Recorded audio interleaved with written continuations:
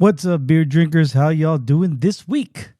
Oh, I hope you had a good Thanksgiving. In fact, we talk about our Thanksgivings on this show later on during our Drunken Shenanigans. But first, we cap off with a couple of beers from Prairie Artisan Ales and also Deschutes Brewing out of Bend, Oregon.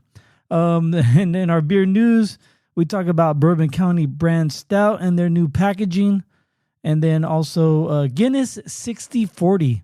There's a new pint of Guinness 6040 out there you can get at your local pub. And we'll see if you like it or not. Seems to be a trend happening right now. So get on it while the getting's good. And then for our Cöld Brüe List, Sorcerer Chromatic graces us with the top 10 Christmas adjacent movies. These are movies that aren't necessarily Christmas about Christmas, but in their movie universe, it's happening during Christmas time. And I think you can guess what number one is. Let's see. And then we untap our beers. Of course, we rate them on Untappd. So download the Untappd app and you could see what we rate our beers before the show comes out. Lucky you. And then in our Drunken Shenanigans, like I mentioned, we go over our Thanksgivings real quick, talk about what we drank during our Thanksgivings as well as what we did for them and who we celebrated with. And then we recap our Disneyland trip. We go through little by little. We don't go through the whole thing, but we just give our overall. I gush basically about the trip. And then little sad part at the end, the little nod to unfortunate incident that happened in Stockton, California, about a week ago. Now that you're hearing this, so little raise a glass to those out there affected by the terrible shooting. So, all right, that was a moment of silence for them. Don't forget to follow us on Untappd. And then I go to the plugs, my shameless plugs.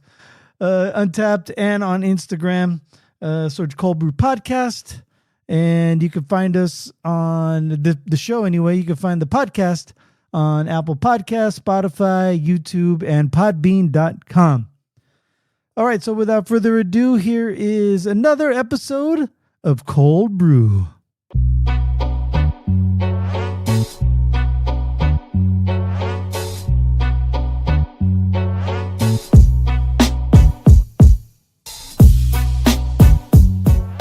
Coming at you live, or pre-recorded from Cöld Brüe Studios. I am Greg. He is Sorcerer Chromatic, and we're here to talk about beer. Yes, we are. How you doing this week, man? Happy Thanksgiving Eve or the aftermath. Same to you. Yeah. How was your Thanksgiving, man? It was good. Thanksgiving was also my wife's birthday this year. So It was nice. Well, not for me, but like for the family, the convenience of to see her on her birthday and Thanksgiving was kind of funny. Yeah. Yep. Not funny, but just kind of, what do I say? The sweet ironic how it worked out for them.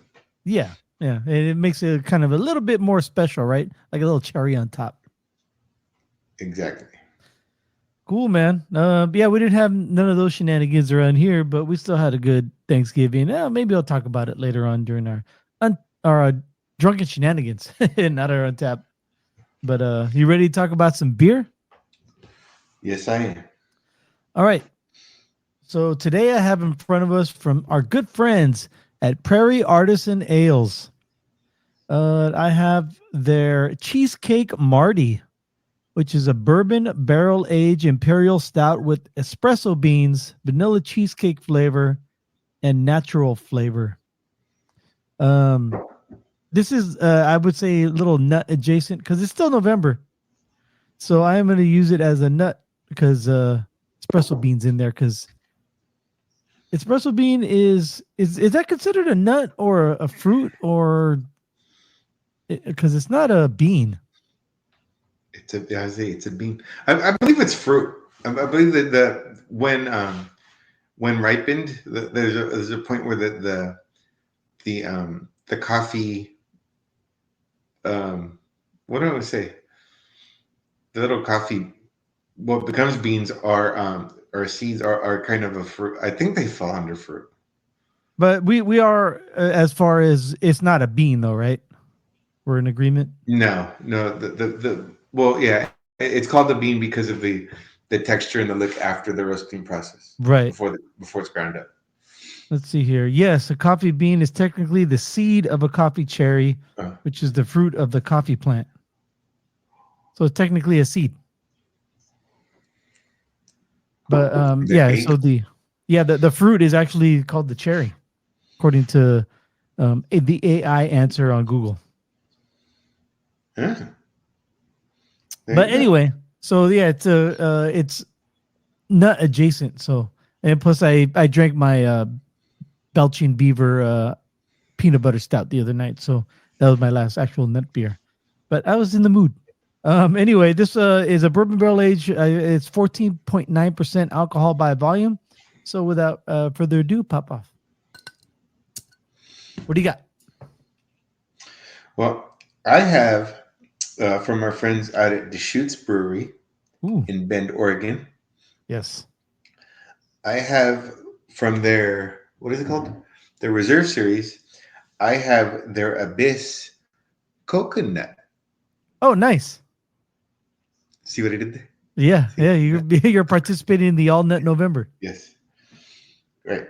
So, real quick, details and ingredients according to the website. 2-row pale. The malt is 2-row pale, roasted barley, black malt, chocolate, and wheat. The hops are Millennium, Northern Brewer, Nugget, and I can't say this. Styrian Golding. And then it's available in small batch reserves. A decadent beer with roasted coconut flakes, licorice, cherry bark, and vanilla beans on top of a rich imperial stout aged in whiskey barrels. Enjoy the first Abyss variants since its first 4-pack introduction. And disclaimer too, that this is the 2022 edition, as I had this little gem in my cellar and broke it up for the show. So without any further ado, cap off. Very nice. So yeah, this Prairie Artisan Ales. It reminds me because my friend Amanda Bear Lecter, she told me this story one time that because she's from Oklahoma and Prairie Artisan Ales is out of Krebs, Oklahoma, and she used to use the hashtag on some of her posts about Prairie Artisan Ales that you can't spell Prairie Artisan Ales without anal. Oh, there you go. And they actually reached out to her and asked her, "Hey, can you please stop saying that or hashtagging that in your posts?" I thought it was hilarious. But anyway, this Cheesecake Marty. Oh my God, this is a huge, big dessert beer. I mean, it's sweeter. It's sweeter than apple pie. Sweeter than cheesecake. Definitely, yeah. It does have the cheesecake flavor, almost that cheesecake consistency too, because it's very heavy on the tongue, and the vanilla beans are there. I get a lot of the roasty, not the vanilla beans, the espresso beans. I get a lot of that espresso roastiness in the finish, but in the immediate flavor I get, and even the aroma, is a lot of the vanilla and the cheesecake, because it has that cheesecake quality to it where it's kind of like it sticks around in your mouth for a while until it finally decides, okay, we're done being cheesy, then we'll let you go, and it gives way to the espresso. So very good beer. It comes in a 12-ounce bottle. I mean, back in the day, back in the 2015-16 days, it'd come in a bomber, and there's no way I could drink a whole bomber of this. Not because it's 14.9%, but also because just the cloying sugariness of this would just be too much. So this pours a super duper dark black, very little head to it, and head retention is almost gone. I think I have I can count 15 bubbles along the rim, and that's it. So it's exactly what you would think a bourbon barrel age dessert stout would be, and it does not fail to live up to the flavors, that the flavor profile that they have on the label. So it's a good one. I like it already. I was in the mood for a dessert beer, so cheers. How's your beer? Okay, well, two things. Number one, I forgot to mention this version of the beer I got is 14.3% ABV. So it is a heavy hitter. I want to be fair. I think mine's just a little too cold. As I'm just getting a rich stout right now. Not too much on the other notes, especially coconut.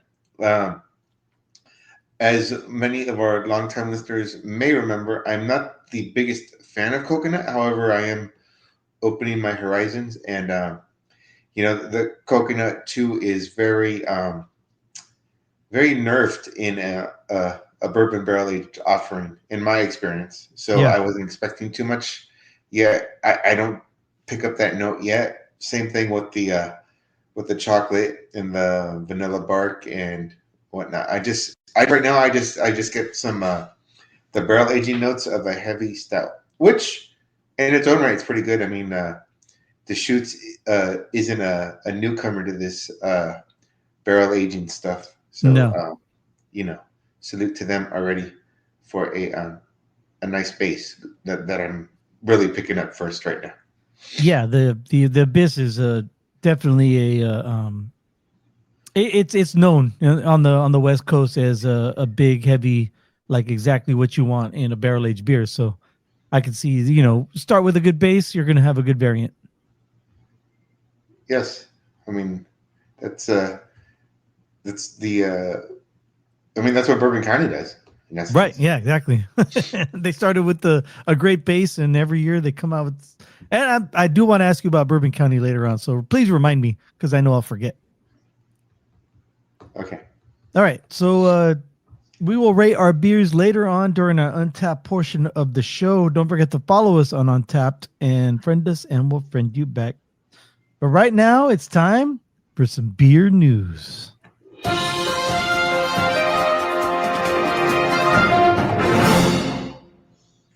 All right.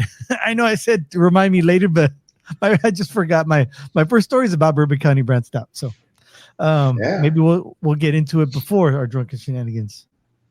This comes to us from Axios Chicago. America's most coveted beer evolves in a new era. For decades, Goose Island Brewing's Bourbon County Brand Stout led the U.S. craft beer boom. The Chicago Brewery's Imperial Stout created an entirely new style with its barrel aging when it debuted in the early 1990s. I don't know if it... I have a hard time with that phrase. I mean, they made it popular, but it was already around. Limited releases each Black Friday drew fans nationwide with some waiting hours in line to buy a single bottle. And the beer's variants, such as coffee, cherry, or vanilla, showcase the craft beers industry creativity. Those days are mostly over, and Bourbon County bottles sit on store shelves for weeks at a time. Yes, they do. The industry is struggling to reach younger, healthy, conscious audiences. Increased competition and costs are driving production figures downward and leading more closing and mergers.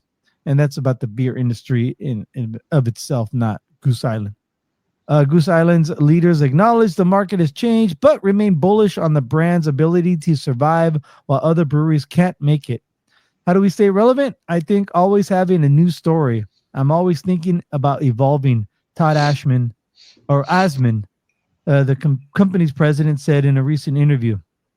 That evolution includes global distribution to overseas markets through its owner Anheuser-Busch to places where the beer remains extremely popular. Other efforts include new variants aged in barrels from famous spirits producers such as Heaven Hill and Four Roses.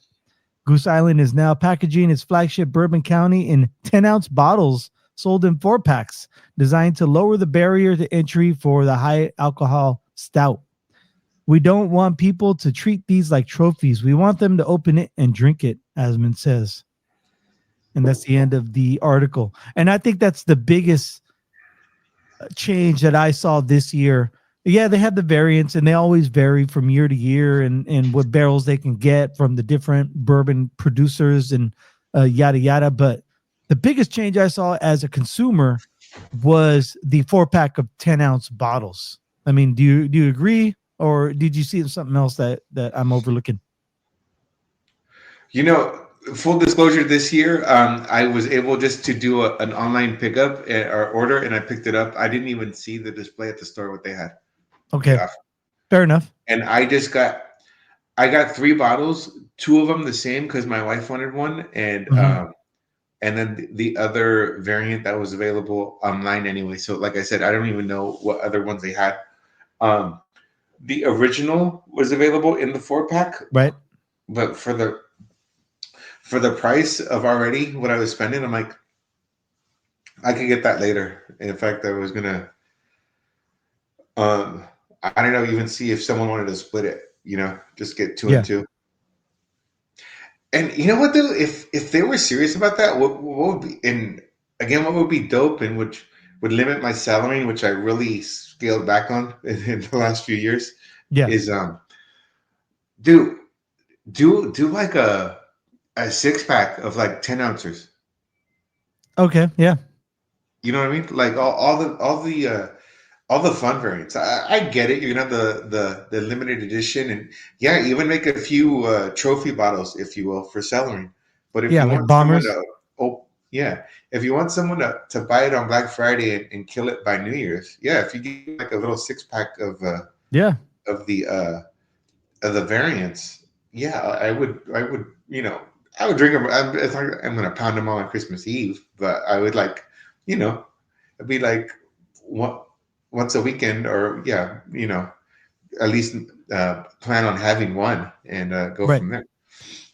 That's a great idea, like a variety 6-pack, and just to have it prepackaged, and you can't like swap bottles out. Maybe make it like an enclosed 6-pack. That way people can't be like at Total Wine or Bevmo swapping out bottles. Exactly. Yeah. I like it. I mean, just like that reminds me of Sierra Nevada. Their 6-packs, or even Firestone Walker, their 6-packs, they're all enclosed. You can't. They're cans now. I'm talking about cans, and we're in Goose Island would be bottles, but you can't swap out at some of the bigger chains, like I mentioned, Bevmo or Total Wine. You can't swap out those Celebration IPAs with other ones to make your own 6-pack, which is fine. But because you can always also buy them singularly, because they do both of those places do sell singles. So even to your even Goose Island can still sell the singles, or those stores can still sell the singles, but maybe not every variant. So your hand is forced to buy those, and I would pay a premium for those. I mean, if there's like some of the ones you can't get, like you said, like the trophy bottles, like some of the variants just in a bomber by itself. If I have to buy the 6-pack, I would pay a little bit more than than if you were to price it out as far as the big beers, per fluid ounce. You know what I mean? Right. Yeah. I mean, you're looking at possibly a $50 6-pack. Yeah, and I would pay that. Right. Exactly. Because I don't have to hunt for it, and I like the novelty of cellaring to do a vert is kind of dead just because of rotation. I mean, you can only really do it on the original. Right. Yeah. And I still have a few of those. Yeah, so do I, dude. And like, the whole let's open them up. Don't let them gather dust like trophies. I mean, like again though, dude, I said for those that do want to do that, still offer the 500s or what 16.9s, whatever they are. Yeah. And go from there. But if you really want to introduce beer or get more people consuming it rather than worshiping it. Yeah. Right.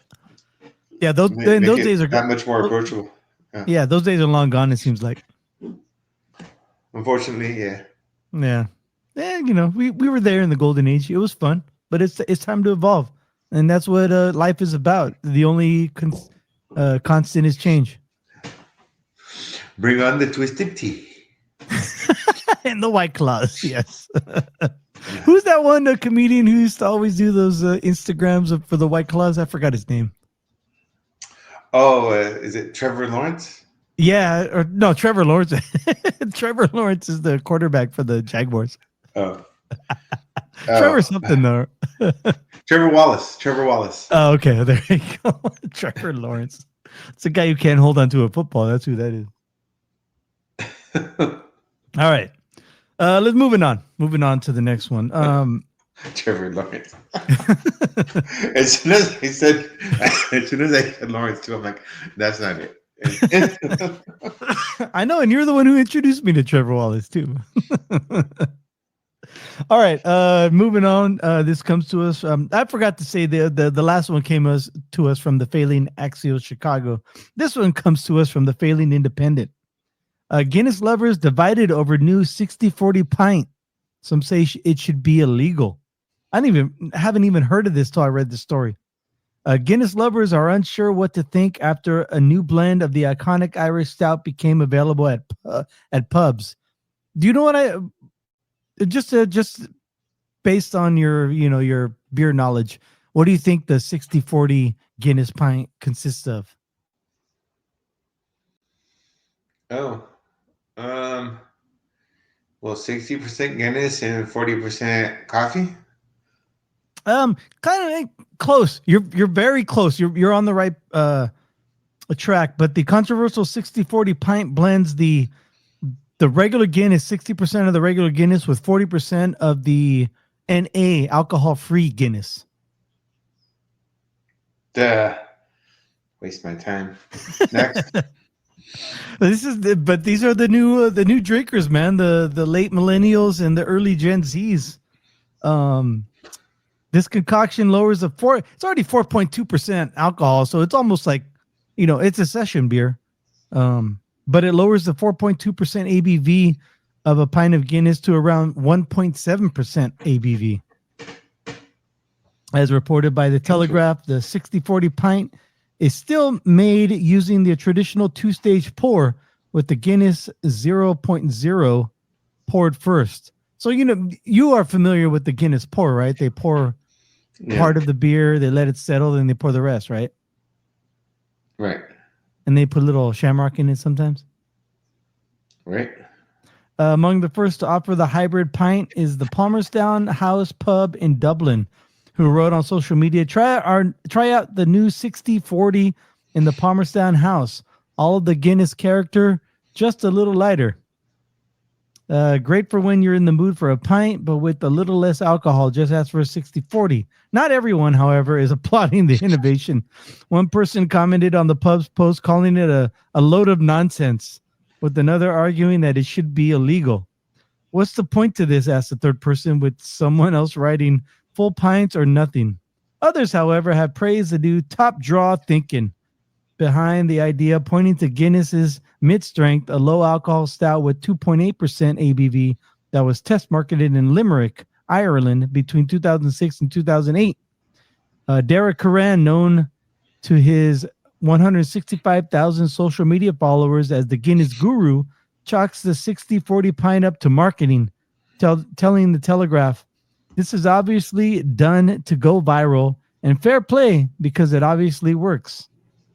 That's a good point. I mean, get people talking, get people upset that these are doing it and they'll want to be anti. Then also, there's no such thing as bad publicity. That's my point. Yeah, I get that. It's kind of like, what? 64? No, give me a Guinness, and that's it.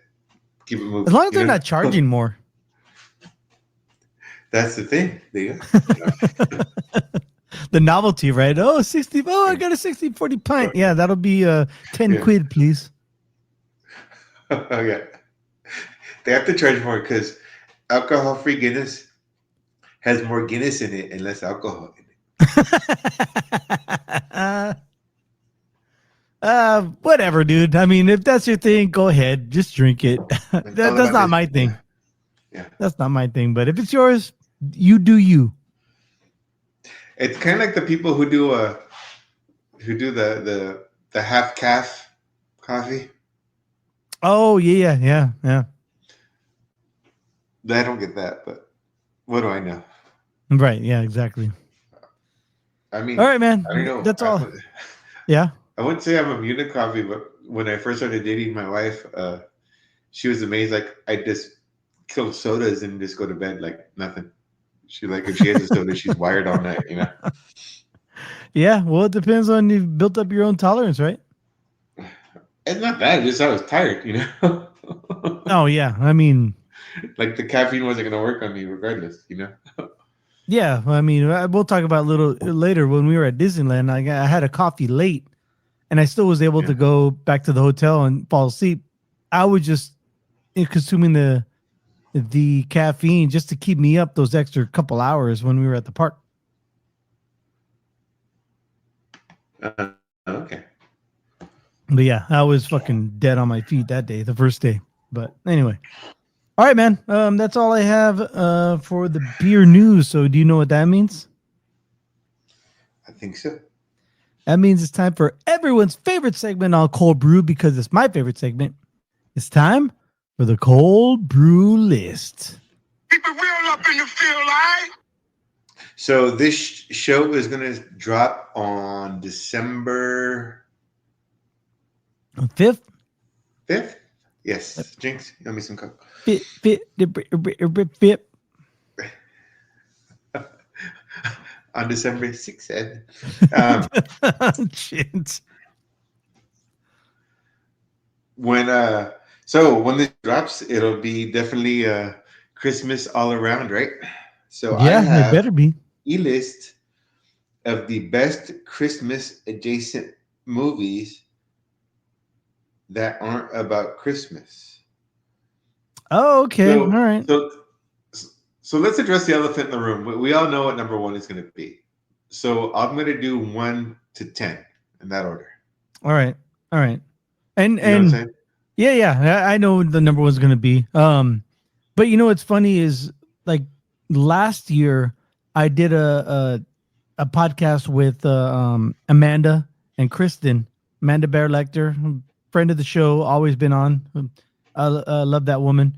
But we talked about Nosferatu, the new one with the that just came out, right? The one with the Johnny Depp's daughter, Rose Lily or whatever her name is.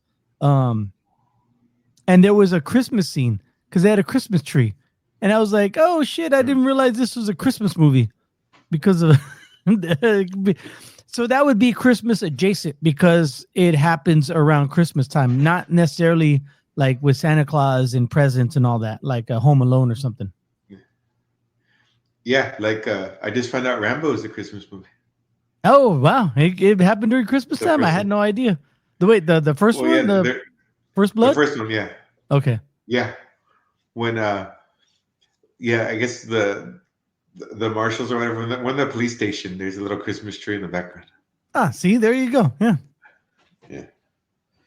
All right. Let's we all know number 1, so go ahead and get it out of the way.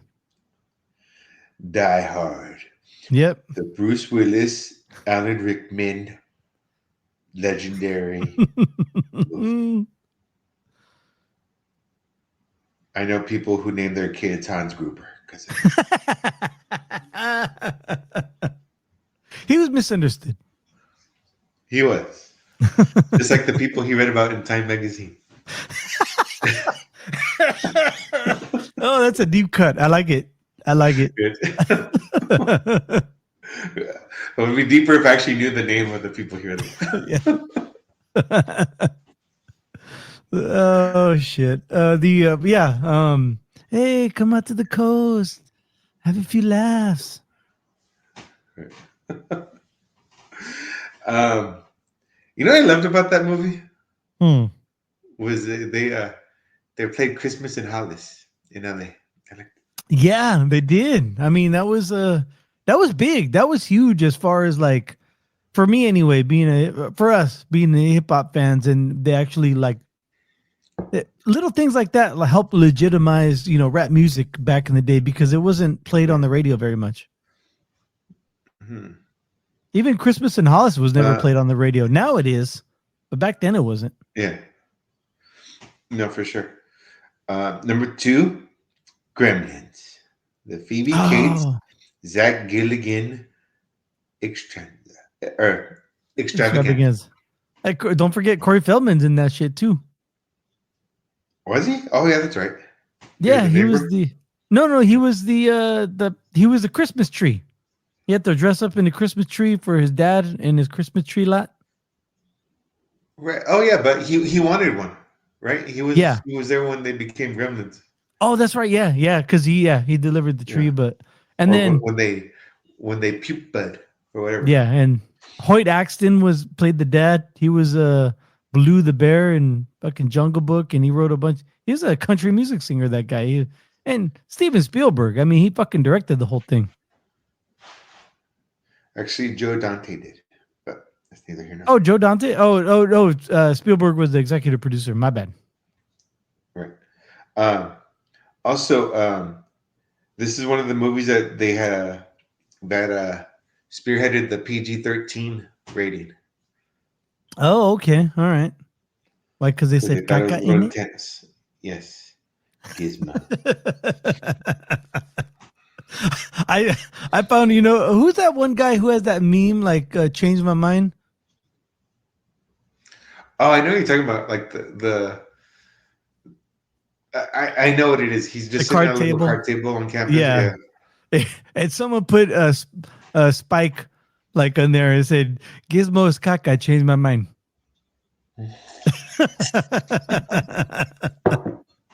Oh, it's hilarious. That was a good beam. Good beam. Anyway, go ahead. Keep going.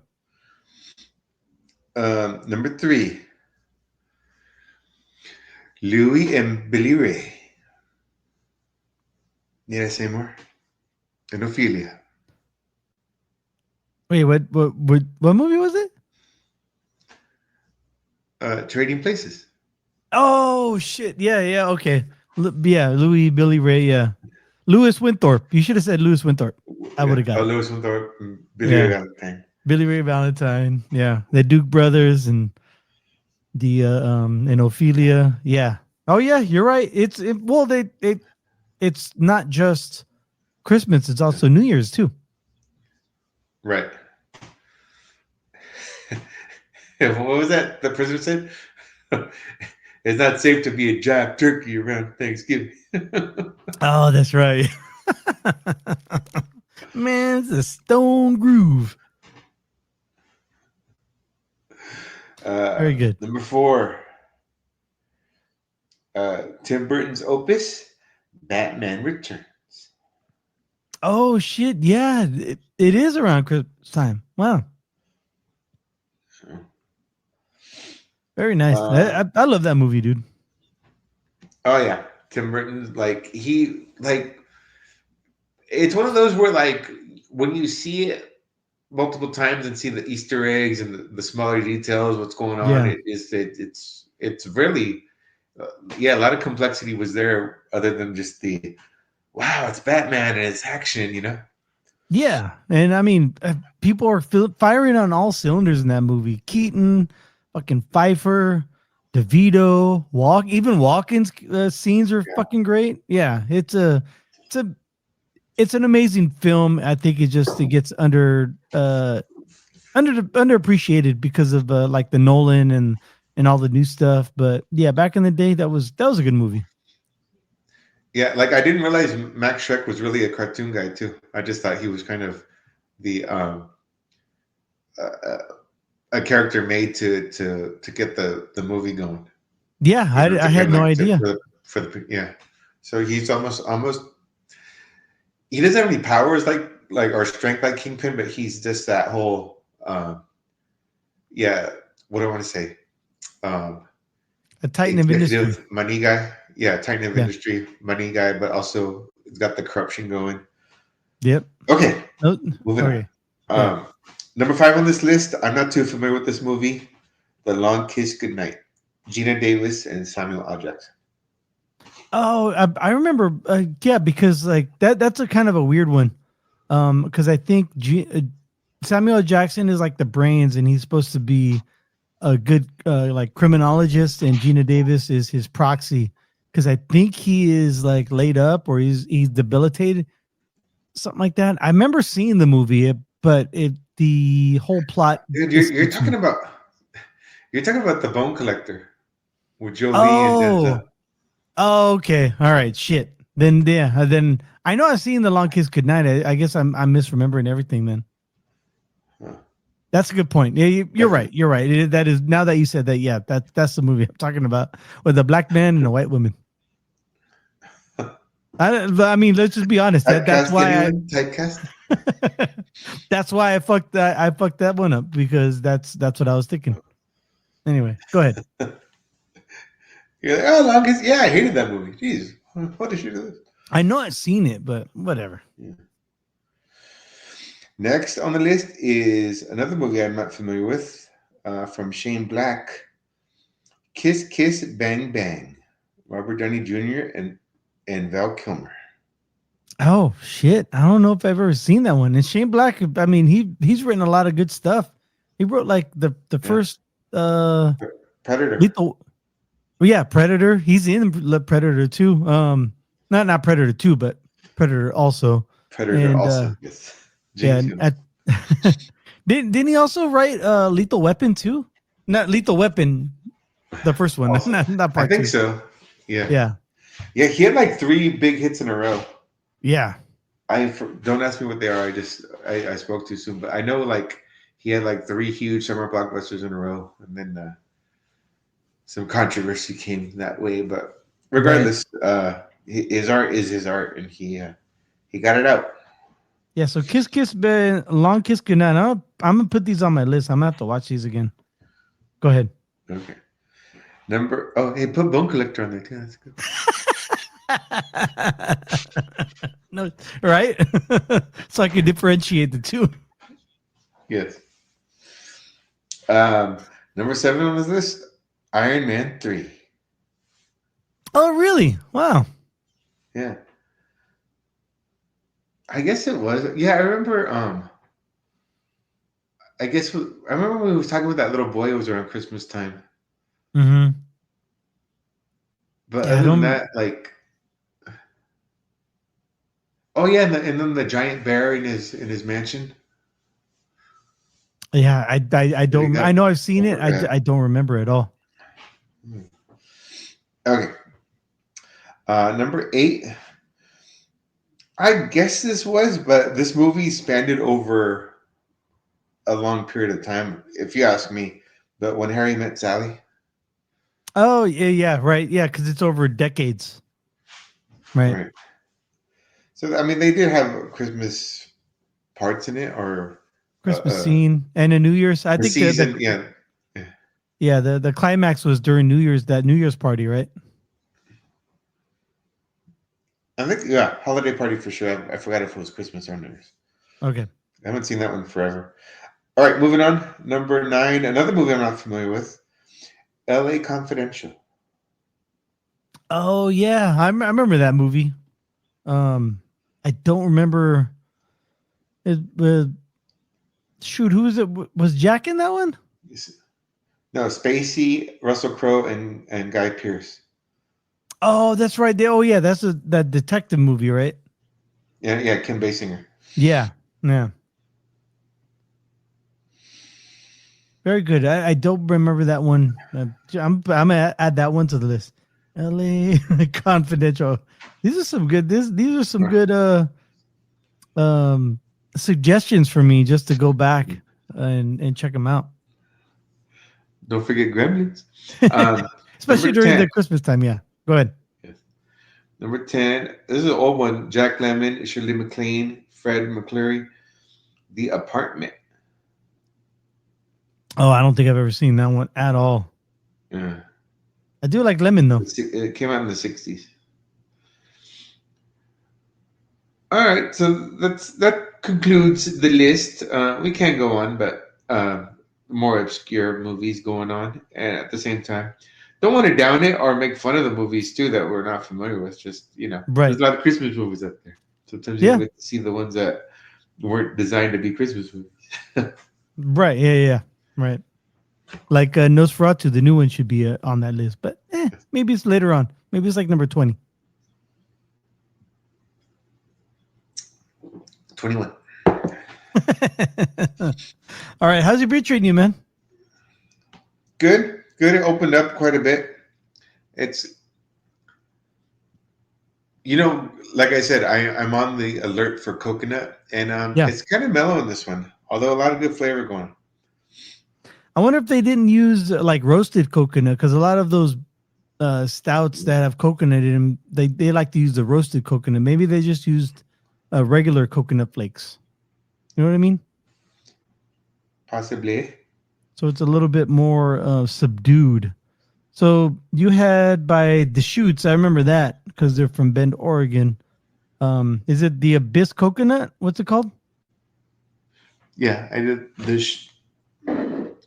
Deschutes the Abyss coconut. Yep, I got it right here. What would you like to rate this beer at? I'm gonna give it a 3.75. Okay. For a bourbon barrel aged coconut variant, I don't have a lot of reference. However, it's a solid beer. Can't hate. Right on. It has an overall rating right now of 4.12. One of our friends has rated it at 4.25. Jake J gave it a 4.25. He said Deschutes occasionally comes out with a banger, and this is it. And then he gave the rock and roll emoji. But you're going to give it a 3.75. What are the notes you would like to leave for it? I say bold. Okay. Roasty. Roasty, okay. And sweet. And sweet. Save and check in. All right, mine. Mine's sweet, and it's a dessert stout, so of course it's going to be sweet. I would prefer this to be even a smaller bottle, just because of the sweetness. But that's just my mood right now. I just don't want a sweet beer, and maybe that's my fault for choosing this beer. But I'm going to give this one a 4.0. So it's not bad. It just I can't give it like anything higher just because it's a little too sweet for me, for my own personal taste. So let me look this one up real quick. And this one is cheese cake Marty. Oh, there it is. It has an overall rating right now of 4.22. None of our friends have rated it. So I'm going to give this one a 4. And I'm going to say it is strong. And let's see what else. Sweet. And it's just strong and sweet. Just like I like my men. What? Whoa, hey. Show. Save and check in. Sweet. So your Thanksgiving, what kind of beers did you have? Any crazy beers, or you just kept it pretty simple? Oh, I kept it pretty simple. I did mostly 805s. I had some whiskeys. Nothing. Ooh, all right. Out of the ordinary. Any bangers as far as the whiskeys, or pretty simple on the whiskeys too, like Crown Royal and shit? Oh no, I had Blanton's. I wanted to open up some other bottles. I was cool with that for now. I mean, I didn't get crazy with it. Yeah, I was pretty. I bought myself a Celebration 6-pack, but I also bought a 12-pack of hazy little thing. I was looking for some Mine Haze. I kind of wanted. I felt like having a Mine Haze, but they didn't have any in stock. They had sold out at my local Safeway. But as far as like big beers, I did bust out a. Hold on, I have to go to my photos. I took a picture of it. I went to let's see, where is it? Oh yeah, it was a 2020 Bottle Logic, the Staff of Asir, which was a strong ale aged in bourbon barrels and finished with macadamia nuts, cocoa butter, and lactose sugar. So that was good. Just to go keep it continue with the all nut November. That was pretty good. I liked it. But that was a sweet one too. And it was good that I saved it for the end because it was more of a dessert and it went really good with apple pie, I must say. And and this year, so I know I've talked about it before in years past. And my contribution to dinner, my Thanksgiving dinner, is usually apple pie. And this year, my daughter came over because I actually had the week off leading up to Thanksgiving, which I've never had before. It's the first year in I don't know how long that I actually, in 20 years, actually, over 20 years, that I actually had the week leading up to Thanksgiving off. And so she came over on Wednesday because I took her to an orthodontist appointment. She got new bands. She got purple bands on her braces. Then she came over and pretty much baked the pie by herself. Like I gave her the instructions because I've been doing it for a long time, so I know what I'm doing. And I let her do it. So she pretty much baked it, and it went well with this Staff of Asir, the beer that I had. So, kudos to her. And see what else. And then it was small. It was just me and my daughter and her mom and my daughter's grandmother, and who's a fabulous cook. So everything was cooked awesomely. And they asked me to carve the turkey, which I don't mind doing. I have no idea what I'm doing. I make it up as I go. I pretend like I know what I'm doing when I carve the turkey. Have they ever asked you to carve the? Nah. Have you ever carved the turkey? No. No. Nope. Negative on that. Oh, all right. Maybe one day, but not this year. Or how was your Thanksgiving? Like, who'd you spend? You spend it with your wife's family this year? Yeah, my wife's family. We went to visit them, and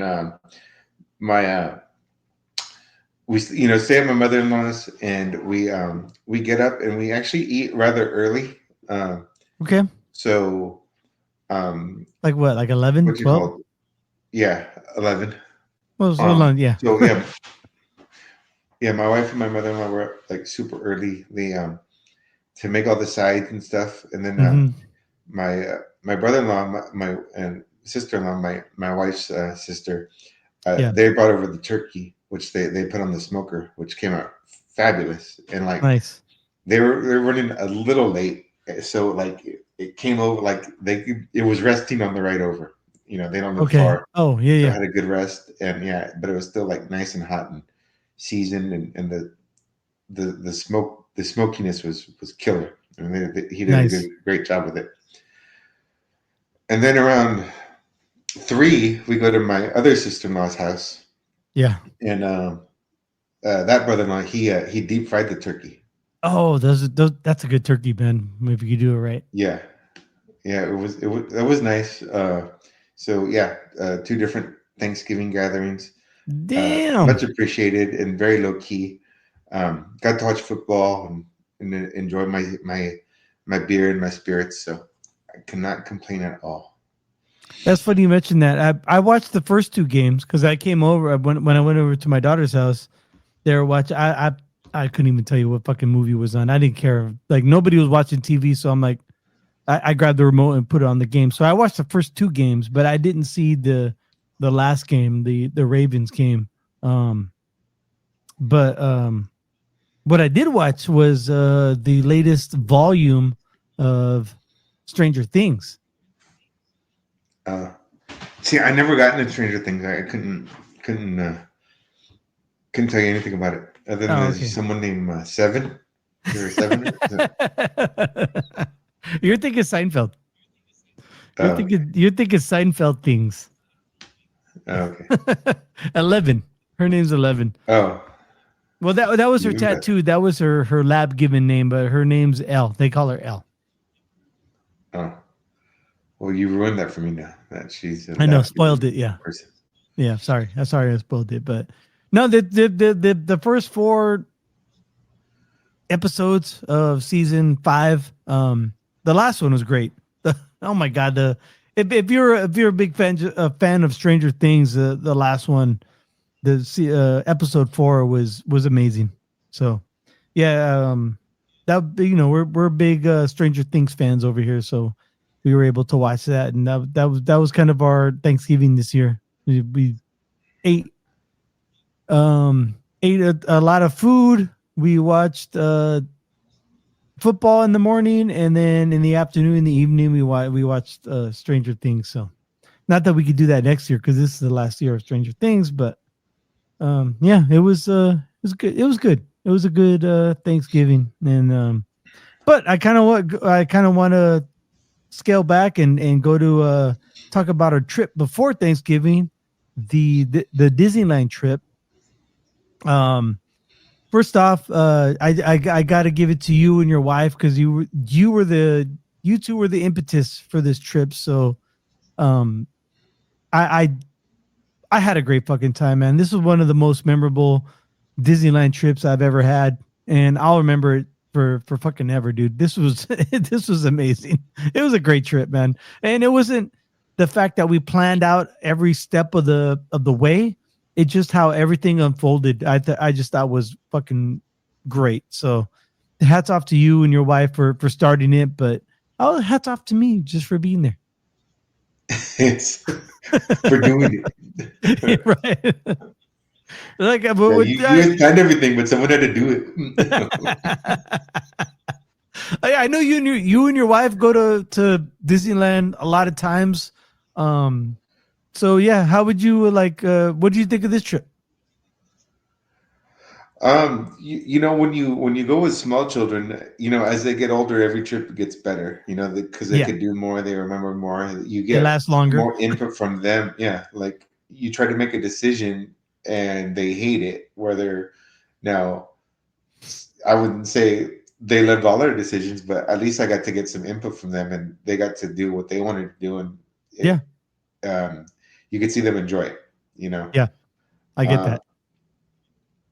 Yeah, we were happy. And that was another thing too. I mean, normally it's just the 4 of us or sometimes 6 of us because we bring my mother-in-law and my nephew, who's my daughter's age or between my daughter's ages. What you called?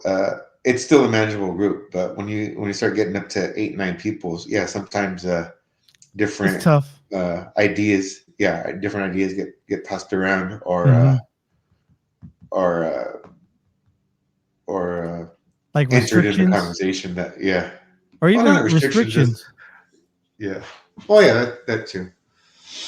But bottom line, I mean, my girls had a great time.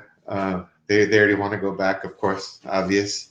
Yeah. They did better on the car trips, both there and back. Going back was rough, but just because of traffic. Yeah. But no, man, everything worked out. They went on more rides. They get a lot more input. They enjoyed seeing you and your daughter. I know they didn't go on every big ride together. However, the rides that they did go on together, I thought they had a lot of fun. Yeah, I thought your eldest, your 5-year-old. I mean, the fact you went on Matterhorn, I thought was tremendous. Yeah. I was like, wow, that's fucking. She said she closed her eyes the whole time. I know she didn't, but in her mind, she did. Right. Yeah. I mean, I was probably like 13 or 14 before I went on the Matterhorn. So right. Yeah. Right. She waved one up to me on that. Yeah. I mean, then they like the little rides. Obviously, your daughter wouldn't prefer like the carousel at California Adventure over the Incredicoaster. I mean, but that's not her fault. I mean, that's just her being her too. Yeah. Yeah, it was fun. I mean, honestly, we just wish we had more time. But even just like the chill spots, like the parade, it was fun to see them. I hope your daughter enjoyed it. I mean, I thought she did, but my daughter, her mom and I were like surprised she even wanted to be to watch a parade because every time we've taken her, she's like, "No, it's boring. I don't want to be in to watch the parade or anything." But then her mom and I were, I was like, "Why does Kara want to see the parade?" And her mom actually pointed out to me that because in her first year of high school, she's actually been in 2 parades, high school parades. And so I think she is in a different mind state now where like parades might be kind of interesting because she's been on the inside of the parade rather than watching from the outside. And I'm like, oh shit. I didn't even think about that. I'm like, wow. Because every other time we've been to, whether it's Disneyland or even not, even like here in Phoenix, they have a Christmas parade every year. And we took her one year and she was bored out of her mind. She was like 4 or 5. I'm like, I thought the kids were supposed to love parades, you know, with the people waving and all the lights, and especially a Christmas parade because, you know, you have like the fire department going through with engines, with lights, honking the horn and ringing the bell. And, you know, you have people singing and dancing. And I was like, I was surprised she even wanted to do it. Like, I think I told you when you said you guys were going to line up, I'm like, oh, okay, we'll probably go and ride some rides. But then she told, you know, her mom and I, like, no, I want to watch the parade. She was bored out of, you saw her though. She was laying down and trying to sleep and covering her face to try to take a nap because she was bored out of her mind, dude. I could tell you that straight up. But she still wanted to be part of the family unit and watch the parade. And I think she was enjoying the parade when it finally came. She didn't want to have to wait for it. Oh yeah, she was bored waiting for it. But you saw how serious other people took it. Like you really have to post up and get a spot. No, yeah, you miss it. Yeah. Even I know after the parade we went to Small World and we were gonna meet up with you guys, but you guys had the episode where you guys had to go change. That was hilarious, dude.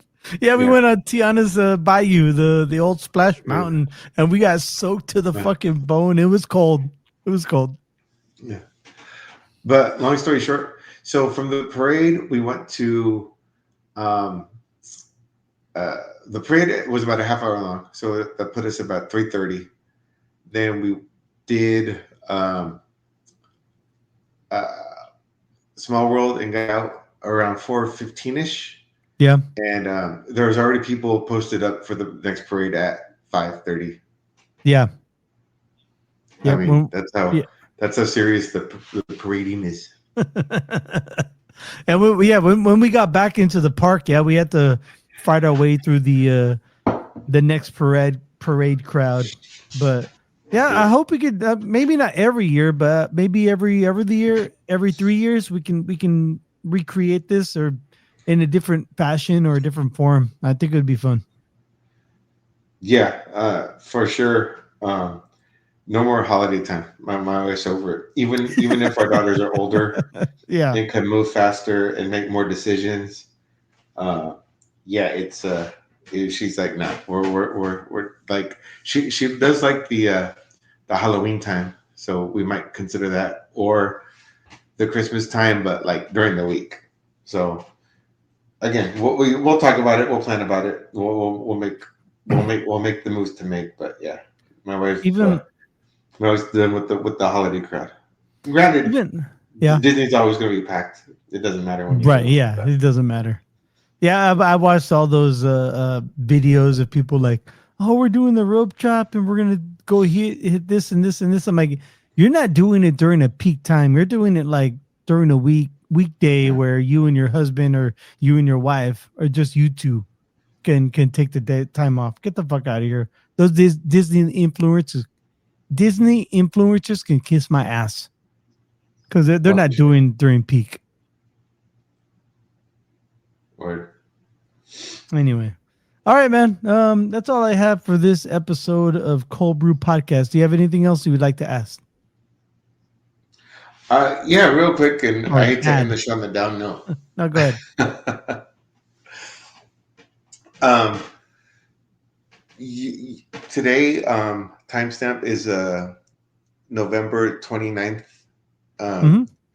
And the well, my wife and her family, they're from Stockton, California. And I don't know if you heard that there was a shooting today at a kid's party. Oh, and, no, I didn't.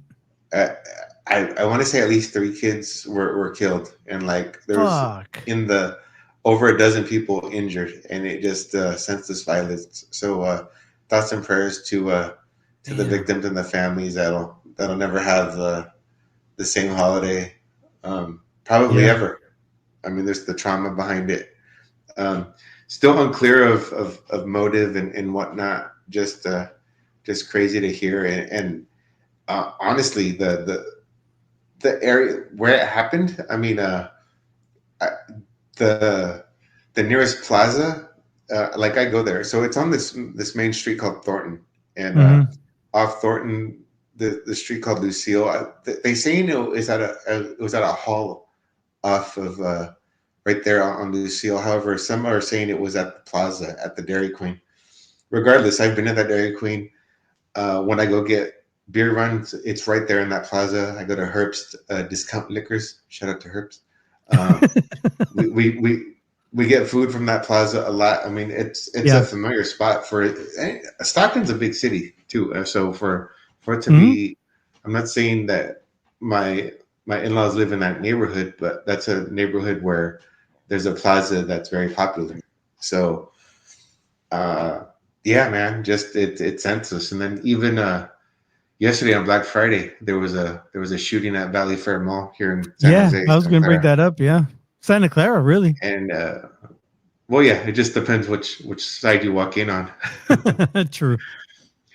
But unfortunately, yeah, man, this senseless violence. I mean, for what, gang retaliation or some sort of grudge or even what, Black Friday argument, just really has an effect on it, as it should. It should affect the whole community. Everyone should be feeling bad that shit like this is happening, versus feeling mad victims. Too, feeling anger, like why is this fucking still happening?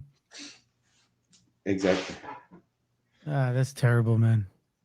Yeah. So, thoughts and prayers. Enjoy times with your loved ones, and be safe and be smart. Yeah. Here's a moment of silence and a swallow for you guys. Here's a drink. A drink in dedication and memory.